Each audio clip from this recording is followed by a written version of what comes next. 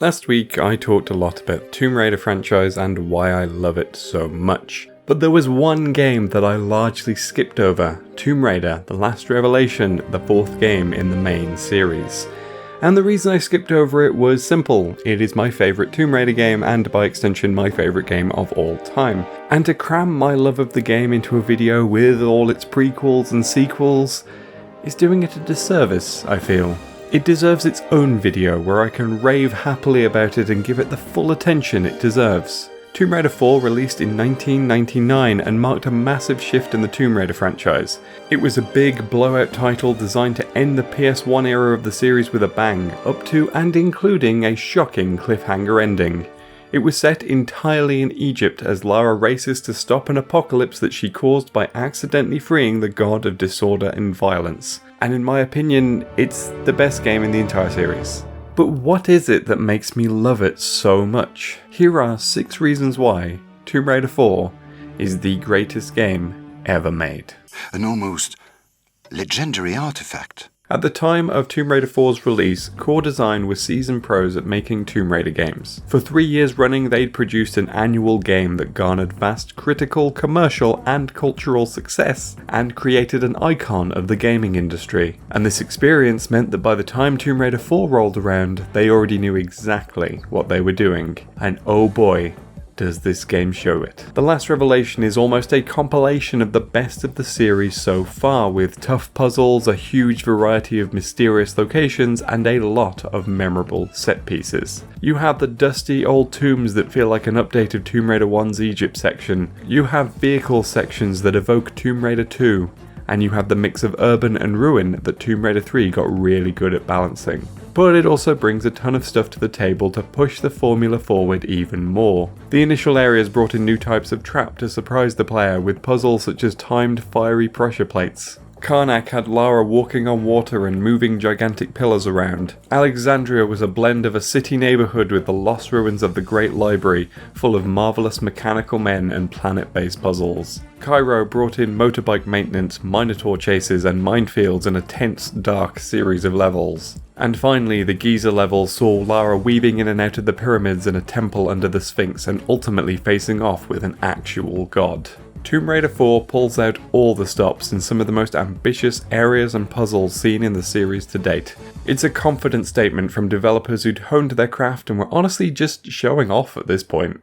An almost legendary artifact. Another way that Core changed the formula was scrapping the straightforward level-based structure of the previous games in favour of a bunch of interconnected levels that loop back on themselves. It's not always like this, as some levels are still simply one after the other, but there are notable exceptions. The Temple of Karnak consists of 3 levels you'll be moving in and out of, while Cairo is a maze of God knows how many individual levels you can move freely between. You can leave the coastal ruins at any point in the game and go back to visit your friend Jean-Yves in his apartment, something the series just hadn't done before. This has the effect of the world feeling much more complete than previous titles. Rather than a series of prescribed levels you move through one by one, there's a feeling of a grander space, giving a much greater sense of immersion. The intention here was to make the world feel more seamless, which I feel they achieved despite hardware limitations still boxing different areas in with loading screens. You can believe the coastal ruins are underneath Alexandria because you can return to the city at any point.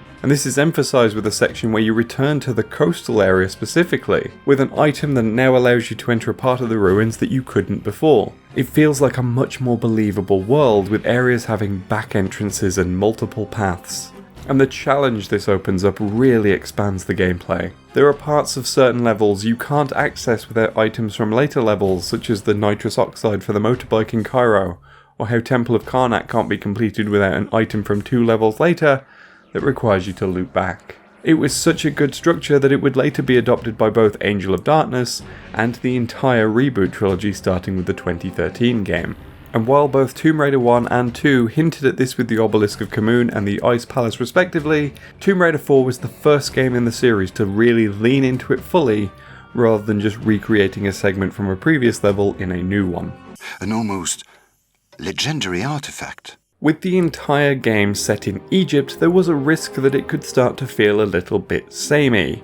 Previous titles diversified by moving to different countries with different cultures, but if everything's in Egypt, that's gonna get old real fast, surely. The answer is no, because Core did everything they could to represent a wider view of Egypt as a country beyond just pyramids and the Sphinx. Those things are here, certainly, but they're saved until the very end, leaving the team to really delve into the mythology, history and culture of Egypt throughout the rest of the game. While Karnak and the Valley of the Kings are pretty typical of what you'd expect from Egypt with hieroglyphs, scarabs and sarcophagi everywhere, in Alexandria, the architecture becomes more Greco-Roman, referencing the Hellenistic period where Alexander the Great occupied the country and brought Greek culture into the land. The Greek styles blended with the Egyptian aesthetics added a lot of variety to this section. And then there's Cairo, which does away with a lot of historical Egypt and instead focuses on the modern city. And so we get urban environments including rooftops, palm-lined streets, a military bunker hastily assembled to tackle the encroaching mythical threats, and of course, the garage from Reservoir Dogs. Wait, what? The variety of environments on offer are the work of a team unafraid of working within limitations, and by drawing on these unexpected sources, it keeps the game surprising and interesting throughout.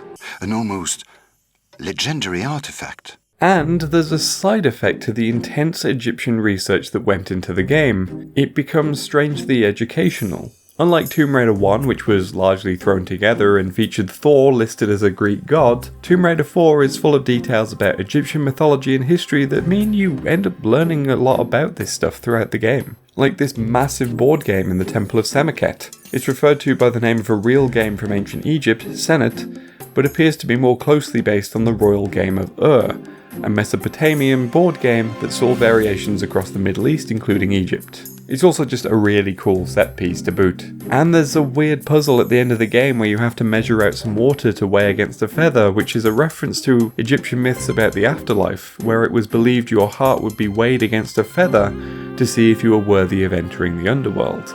If not, you would be eaten by Amet, who appears in the level locked in a cage that will open if you get the puzzle wrong. Or there's the Lost Library Astronomy puzzle, which uses beliefs around the stars from ancient times to build a room-sized puzzle around. By the way, ancient people believed the sun revolved around the Earth, so guess what goes in the middle of this diagram? Even things like hieroglyph puzzles add to the sense that you're truly discovering Egypt and its mysteries.